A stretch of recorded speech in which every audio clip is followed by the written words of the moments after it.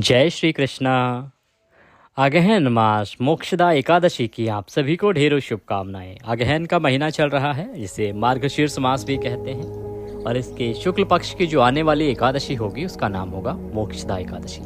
तो आज हम बात करेंगे मोक्षदा एकादशी का व्रत किस दिन करना है, क्योंकि व्रत को लेकर बहुत संशय है, 11 को किया जाए या 12 को किया जाए, क्योंकि एकादशी रात्रि को आ रही है। और किस दिन सूर्य के मुख से होगी, द्वादशी किस दिन होगी, पारण किस दिन होगा, क्योंकि पिछले कुछ एकादशी में पारण को लेकर बड़ा संशय रहा है। पिछली बार तो पारण सुबह सुबह कर ही नहीं सकते थे, क्या इस बार भी ऐसा कुछ होने वाला है कि पारण सुबह सुबह करेंगे तो परेशानी आएगी, या सुबह सुबह पारण कर सकते हैं, क्या समय रहेगा। और विशेष ये कि मोक्षदा एकादशी का जो व्रत है वो करते कैसे हैं, ये अन्य व्रतों से किस प्रकार से भिन्न है, क्या अलग करना है इस व्रत में, भोग में क्या लगाएंगे भगवान श्री हरि को, और पारण में क्या खाएंगे, साथ ही शुभ मुहूर्त क्या रहेंगे, कथा कौन सी सुननी चाहिए, ये संपूर्ण जानकारी आपको आज के इस वीडियो के माध्यम से प्रदान की जाएगी। आप देख रहे हैं देवभूमि ज्योतिष संस्थान का प्रतिष्ठित YouTube चैनल देवभूमि धार्मिक। साथ ही आपको बताएंगे व्रत के नियम क्या रहेंगे और पारण के नियम क्या रहेंगे। एकादशी का व्रत तो सभी करते हैं, पर आपने देखा होगा व्रत करने वाले बहुत से लोग ऐसे हैं जो परेशान रहते हैं, जीवन भर परेशान रहते हैं। इतनी एकादशी करने के बाद भी उनके दुखों का अंत क्यों नहीं होता है, क्या कारण है। जबकि कथा कहती है कि एकादशी का जो कोई व्रत करता है, भगवान श्री हरि उसकी सभी इच्छाएं पूरी करते हैं, उसकी सभी मनोकामनाएं पूरी करते हैं, उसके सारे दुख दूर कर देते हैं। फिर क्या कारण है कि एकादशी के व्रत करने वाले बहुत से लोगों के यहाँ दरिद्रता सदा रहती है, माँ लक्ष्मी सदा उनसे रुष्ट रहती है, उनके आर्थिक हालात अच्छे नहीं रहते। आखिर क्यों, क्या एकादशी के व्रत में कोई कमी है, या वो व्रत ठीक से नहीं कर पा रहे हैं। इसके लिए आवश्यक है नियमों की जानकारी होना, क्योंकि व्रत जब नियम के अनुसार किया जाए ना, तभी वह फल देता है। जिस व्रत से जितना अधिक पुण्य प्रताप मिलता है, उतने ही अधिक महत्वपूर्ण होते हैं उस व्रत के नियम। उस व्रत के नियमों का पालन करके यदि आप व्रत को करेंगे ना, तो आपको अथाह संपत्ति मिलेगी, वैभव मिलेगा, मोक्ष मिलेगा, भगवान श्री हरि का सानिध्य प्राप्त होगा, क्योंकि नियमों की बड़ी महिमा है। एकादशी के व्रत में और एकादशी के व्रत पारण में नियमों की बहुत अधिक महिमा है, इसीलिए नियमों को जानना भी आवश्यक है। प्रत्येक एकादशी के कुछ नियम भी अलग होते हैं, इसीलिए हम आपको प्रत्येक एकादशी पर एक वीडियो बना के बताते हैं कि आपको किन नियमों का पालन करना होता है, क्या वो नियम हैं जो आपको पालन करना चाहिए, जिससे कि आपको एकादशी के व्रत का पुण्य फल प्राप्त हो सके। तो उन नियमों की जानकारी भी आपको इस वीडियो के माध्यम से दी जाएगी। जानकारी आरंभ करें उससे पहले आपसे निवेदन है, कृपया कमेंट बॉक्स में जय श्री हरि या ओम नमः भगवते वासुदेवाय अवश्य लिखें। ऐसा लिखने से भगवान श्री हरि का आशीर्वाद आपको प्राप्त होगा, आपका व्रत सफल होगा, मनोकामना पूर्ति होगी। विज्ञान भी यह बताता है कि जब भगवान का नाम लिखा जाता है ना, या बोला जाता है, तो उससे एक पॉजिटिव एनर्जी अर्थात सकारात्मक ऊर्जा उत्पन्न होती है, और वह ऊर्जा आपके जीवन में सकारात्मक परिवर्तन लेके आती है। इसीलिए अवश्य ही लिखें जय श्री हरि या ओम नमः भगवते वासुदेवाय। भगवान श्री हरि अवश्य ही आप पर प्रसन्न होंगे। बात करते हैं आने वाली एकादशी मोक्षदा एकादशी की। मार्गशीर्ष मास शुक्ल पक्ष की एकादशी, जिसका नाम मोक्षदा एकादशी कहा जाता है। मोक्षदा एकादशी जैसा कि नाम से ही ज्ञात होता है, मोक्ष देने वाली, आपके जीवन की सभी परेशानियों का हरण कर लेने वाली एक एकादशी ऐसी एकादशी है जो आपको धन वैभव भी देती है। आपके पुत्र नहीं है तो पुत्र की प्राप्ति भी आपको होती है। अगर मोक्ष की कामना होना तो उसके लिए भी यह एकादशी का व्रत बड़ा उत्तम है। इस एकादशी का एक व्रत इतना अधिक फलदायी है कि आपके 7 जन्मों के पापों को नष्ट कर सकता है। पर क्या आप विधि से कर पाएंगे व्रत को? आपको इसका व्रत विधि से करना होगा, नियमों के अनुसार करना होगा, अवश्य ही आपको इसका बहुत अधिक पुण्य प्राप्त होगा। एकादशी का जिस दिन आप व्रत कर रहे हैं ना, उस दिन आपको सूर्य उदय से पहले उठना चाहिए। एकादशी के जो व्रत के नियम हैं वो दशमी तिथि से आरंभ हो जाते हैं। दशमी तिथि से कैसे, देखिए पूजा विधि आपको बताएं उससे पहले दशमी तिथि से ही एक दिन पहले के जो नियम होते हैं ना, वहीं से हम आरंभ कर लेते हैं कि आपको किस प्रकार से नियमों का पालन करना चाहिए। सबसे पहले आपको दशमी तिथि में दोपहर के बाद भोजन नहीं करना चाहिए। ये विधान है एकादशी के व्रत का कि आपका जो अन्न होगा वो आपको दशमी अर्थात व्रत के एक दिन पहले दोपहर के भोजन में ही आहार ले सकते हैं आप अन्न के रूप में, उसके बाद नहीं। परंतु आजकल सामाजिक परिस्थिति अलग है, परिवेश बदल गया है, सामाजिक परिवेश के साथ साथ सेहत से संबंधित परेशानियां भी अनेक लोगों के सामने हैं। तो आप रात्रि का भोजन करें, क्योंकि पहले अपना स्वास्थ्य देखना होता है। हम हमेशा कहते हैं व्रत आवश्यक है, लेकिन सेहत उससे भी ज़्यादा आवश्यक है। तो जितना आपका शरीर कर सके, जो आपकी सामर्थ्य हो ना, उसके अनुसार व्रत करना चाहिए। ऐसा नहीं कि हमने इस विधि से करना आरंभ किया था, हम इसी विधि से करते जाएंगे। नहीं, शास्त्र कभी ऐसा नहीं कहते, ना भगवान ऐसा कहते हैं। भगवान कहते हैं सदा आपके हालात एक से तो नहीं रहेंगे ना। जब आपका स्वास्थ्य अच्छा है, आप बहुत अच्छे से हैं, तो आप निर्जल रह के व्रत कीजिए। पर कभी अगर आपका स्वास्थ्य ठीक नहीं है, कभी आपके हालात अच्छे नहीं हैं, तो आप उसके अनुसार उसमें परिवर्तन कर सकते हैं। ऐसा नहीं है कि आपने जिस विधि से उठा लिया आपको उसी विधि से करना होगा। सनातन धर्म संस्कृति में इतनी कठोरता कभी नहीं थी, ना है, ना हमारे वेद पुराणों में ऐसा लिखा है। नियमों का पालन आवश्यक है, लेकिन हमेशा कहा जाता है, ईश्वर भी कहते हैं कि पहले हमने आपको एक मंदिर दिया है। क्या? आपका शरीर। पहले अपने शरीर को देखिए, वो जिस प्रकार से कर पाए जिससे कि आपको हानि ना हो, उस प्रकार से व्रत और पूजन कीजिए। सबसे पहले तो एक जो मिथ है, जो हमारे बहुत से बुजुर्ग माताएं, बहनें और बहुत से लोग ऐसा बताते हैं कि जैसे आपने उठा लिया व्रत वैसे ही करना पड़ता है। ऐसा नहीं है। व्रत वैसे करना होता है जैसे आपकी सामर्थ्य है, जैसे आप कर पाएं।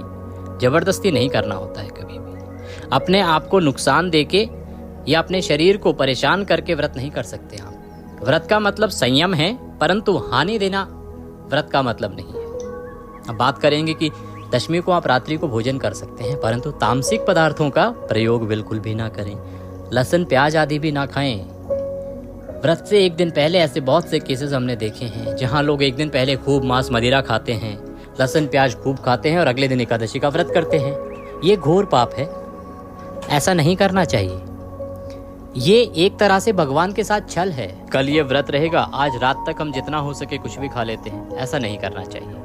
नियम जो है एकादशी व्रत के, वो दशमी से ही आरंभ होते हैं, तो इस नियम का आप ध्यान रखें। रात्रि को दंत धावन करके सोएं।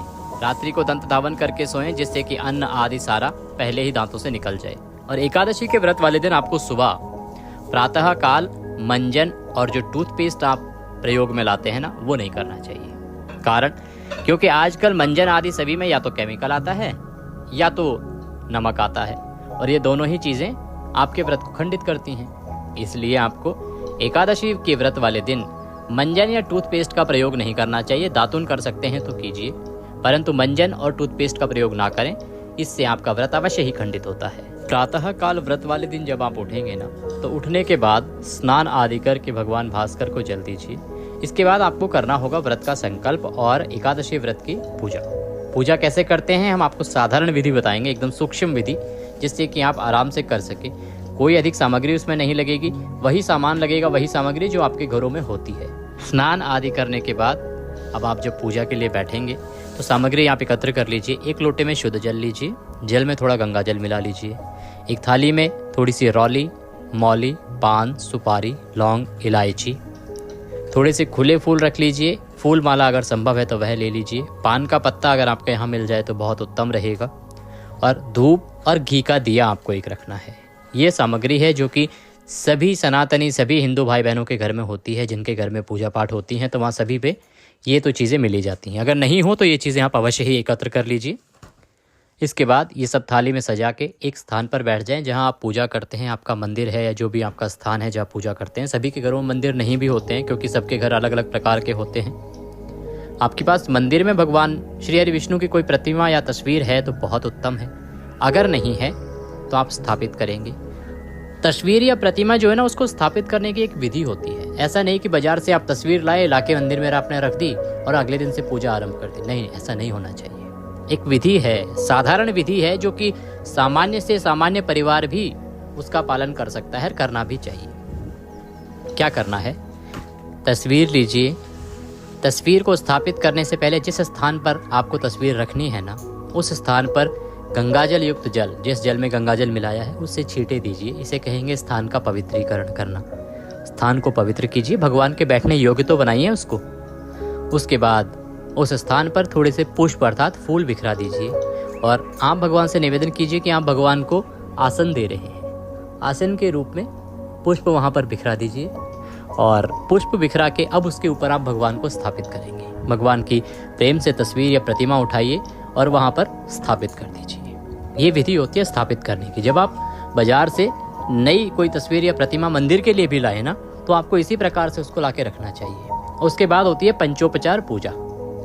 पंचोपचार पूजा जो शास्त्र अनुसार है, जो शास्त्रोक्त है, शास्त्रों में इसका वर्णन है। कैसे करेंगे? सबसे पहले भगवान को पाद्य अर्घ आचमनी कराएंगे।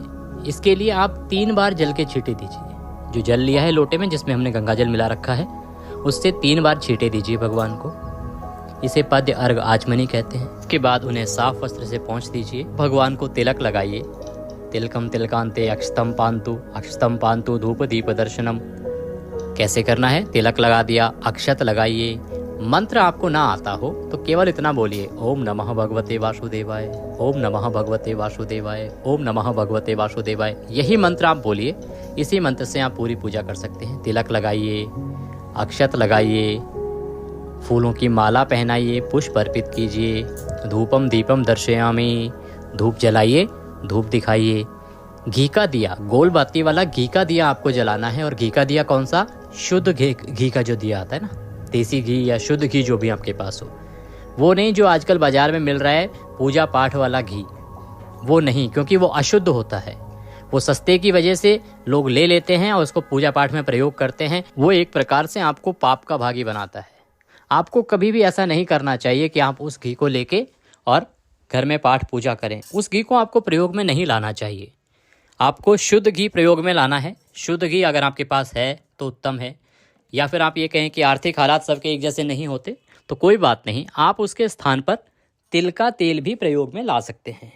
आवश्यक नहीं है कि आप महंगा घी खरीदेंगे तभी कुछ होगा, कोई बात नहीं। आप घी की जगह पर तिल का तेल प्रयोग में लाइए, लेकिन शुद्धि का ध्यान रखिए। ये नियम में आता है, शुद्धता बहुत आवश्यक है। शुद्ध वस्तुओं का ही प्रयोग करना चाहिए। आजकल बाजार में कुछ चीज़ें ऐसी मिल रही हैं जो कि अशुद्ध हैं, पूजा पाठ के अनुसार नहीं है, तो उसका आप ध्यान रखिए। तो धूप दिखाइए, दीप दिखाइए। मुखमोजनार्थम नैवेद्यामि। तो नैवेद्य अर्पित करेंगे। अब नैवेद्य कैसे अर्पित करेंगे? आपके पास कोई मिठाई है तो वह अर्पित कीजिए, फल है तो वो चढ़ाइए भगवान को। अगर कुछ भी नहीं है तो मिश्री के कुछ दाने लीजिए और वह भगवान को अर्पित कर दीजिए नैवेद्य के रूप में। जल आचमनीयाम, उसके बाद जल आचमनी कराइए, अर्थात जल लीजिए और भगवान को अर्पित कर दीजिए, छींटे दे दीजिए जल के। इस प्रकार से ये होती है पंचोपचार पूजा। इसके अंत में एक उपाय आप कर सकते हैं, वो होता है पूंगी फलम, अर्थात पान का बीड़ा आप एक बनाइए। हमने सामग्री में आपको बताया था, अगर पान का पत्ता आपके पास हो तो 2 लौंग, 2 इलायची लीजिए, 1 सुपारी लीजिए, उसमें रखिए और पान का बीड़ा बनाइए। दोनों हाथ जोड़ लीजिए बीड़ा हाथ में लेके और भगवान से अपनी मनोकामना बोलिए। मनोकामना बोलते हुए उस बीड़े को अर्पित कीजिए।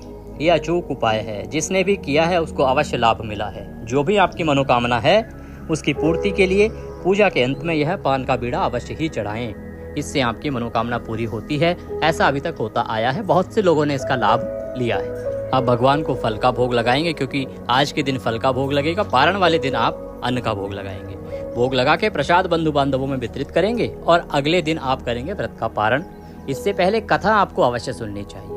पूजा के बाद में कथा सुननी चाहिए, आपके पास है तो पढ़नी चाहिए। कथा, प्रत्येक एकादशी की कथा आपके इसी चैनल पर सुनाई जाती है, वीडियो अपलोड किया जाता है। जो ऑथेंटिक कथा है ना, जो पुराणों में वर्णित है, जो सुनी जानी चाहिए, वो है भगवान श्री कृष्ण द्वारा, जो कि युधिष्ठिर जी को सुनाई जा रही है। तो कथा आजकल यूट्यूब पर बहुत सारी कथाएं हैं जो लोग अपने मनगढ़ंत तरीके से बना के और एकादशी के नाम पे चला देते हैं। आपको बचना है। एक कथा अवश्य सुनिए, कथा जितनी मर्जी सुनिए, लेकिन ये जो कथा है जो भगवान श्री कृष्ण युधिष्ठिर जी को सुनाते हैं और भिन्न भिन्न माध्यम इसमें बन जाते हैं, उस कथा का श्रवण आपको अवश्य ही करना चाहिए। आपके इसी चैनल पर उस कथा का वीडियो अपलोड किया जाता है। तो मोक्षदा एकादशी की कथा आप अवश्य सुने। कथा सुनने के बाद आरती करेंगे और उसके बाद अपने दिन को सामान्य रूप से व्यतीत करेंगे। ध्यान रखिएगा, आपको इस दिन कुछ नियमों का पालन करना है।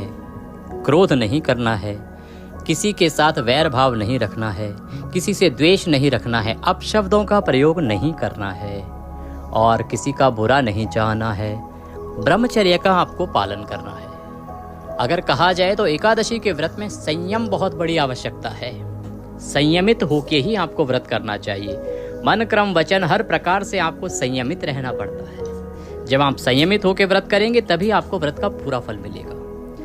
और जो ब्रह्मचर्य का पालन है ना, वो आवश्यक नियम है और हम विशेष रूप से आजकल वीडियो में ये इसलिए बता रहे हैं क्योंकि हमारे पास इस प्रकार के सवाल आ रहे हैं, जहां हमारी बहुत सी माताएं, बहनें, भाई, बंधु इस प्रकार के सवाल करते हैं और वो इस चीज़ से चिंतित हैं कि इससे पहले तो उन्होंने कभी ऐसा रखा ही नहीं। वो कहते हैं हम तो शादीशुदा आदमी हैं, तो क्या दिक्कत है? दिक्कत है। शादीशुदा होने का मतलब ये नहीं है कि आप पाठ पूजा में भी उसी को बीच में ले आएंगे। आपको पवित्रता का ध्यान तो रखना ही पड़ेगा।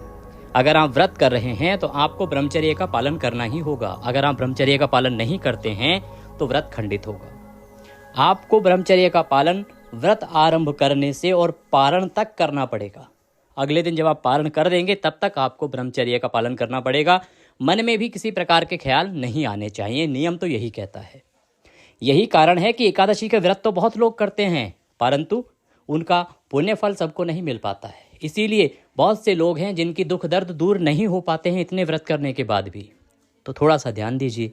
इतनी मेहनत से आप व्रत करते हैं, भूखे रहते हैं, थोड़ा सा पालन और कर लीजिए नियमों का, ताकि आपके जीवन के दुख दूर हो जाएं। भगवान श्री हरि का आशीर्वाद आपको भी प्राप्त हो जाए। इन नियमों का पालन कीजिए। इन नियमों से आप व्रत कीजिए, अवश्य ही आपकी मनोकामनाएं पूरी होंगी। रात्रि को हो सके तो पृथ्वी पर शयन कीजिए। सायंकाल को संभव हो तो कीर्तन कीजिए।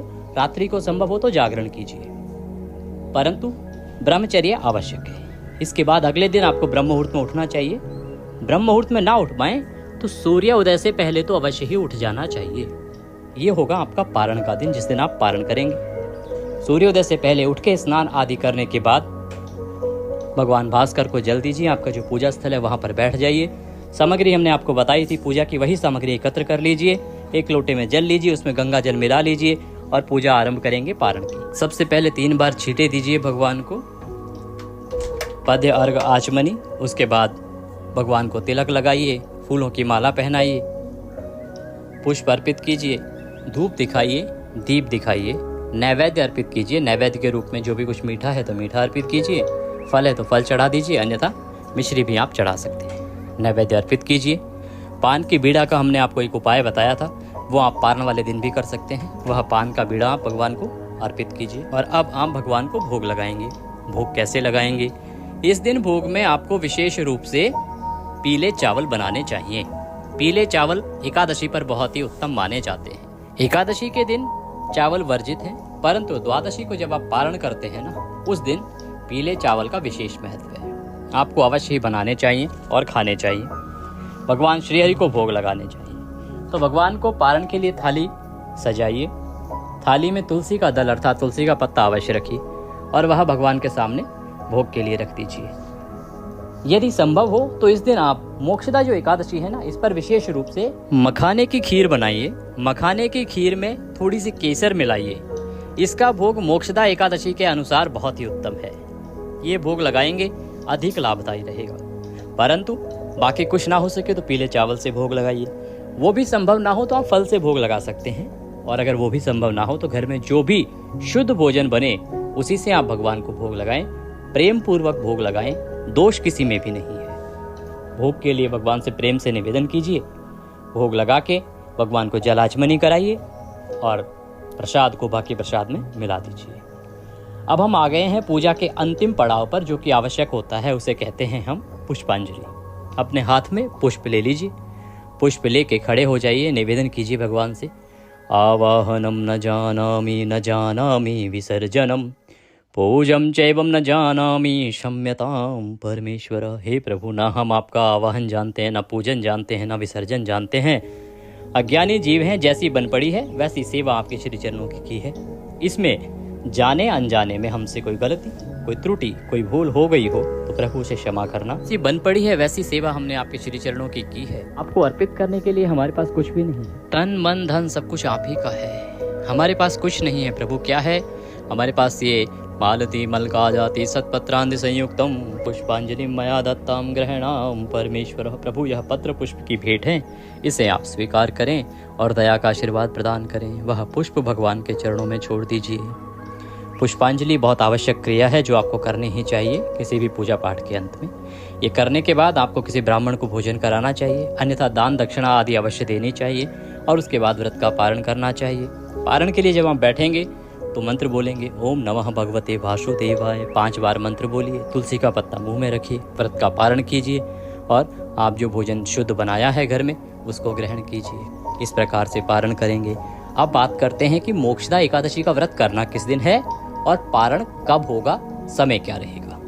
उससे पहले आपसे निवेदन है कि कृपया कमेंट बॉक्स में अवश्य लिखें जय श्री हरि या ओम नमः भगवते वासुदेवाय। भगवान श्री हरि अवश्य ही आपके व्रत को सफल करेंगे और उनके आशीर्वाद से आपके सभी दुख दर्द दूर होंगे। बात करते हैं कि एकादशी का व्रत किस दिन रखा जाएगा। तो एकादशी जो तिथि है ना, वो आरंभ हो रही है 11 तारीख को प्रातः 3:42 पर और पंचांग के अनुसार ये तिथि समाप्त होगी अगले दिन 12 तारीख को, 12 दिसंबर को देर रात्रि 1:09 पर। ऐसे में 11 तारीख को सूर्य के मुख से एकादशी है और उस दिन यदि व्रत करते हैं तो द्वादशी तिथि भी पारण से पहले आ ही रही है, रात्रि को आ जाएगी। इसीलिए 11 तारीख को आपको व्रत करना चाहिए। 12 तारीख को आप व्रत का पारण करेंगे क्योंकि द्वादशी तिथि 12 तारीख को जैसे ही रात को 12 बजे के बाद 12 तारीख लगेगी तो आ जाएगी 1:10 तक। तो सुबह पारण के लिए समय रहेगा सूर्योदय के साथ ही 7:10 से और 8:52 तक। इस समय में आप पारण कीजिए, उत्तम समय रहेगा। इस विधि से आप पारण कीजिए, उत्तम रहेगा। भगवान श्री हरि आप सभी का कल्याण करें। वीडियो के बारे में अगर कुछ सुझाव हो तो अवश्य दीजिएगा। वीडियो कैसा लगा ये भी बताइएगा। भगवान श्री हरि का कोई भी मंत्र या नाम जप यदि आप कमेंट बॉक्स में लिखते हैं तो उससे अवश्य ही भगवान श्री हरि आपकी प्रार्थना सुनेंगे, क्योंकि भगवान का नाम जब लिखा जाता है तो वह अधिक पुण्यदायी होता है। इसीलिए अवश्य लिखें जय श्री हरि या ओम नमः भगवते वासुदेवाय। भगवान सबका कल्याण करें। आप देख रहे थे देवभूमि ज्योतिष संस्थान का यूट्यूब चैनल देवभूमि धार्मिक। जय श्री हरि।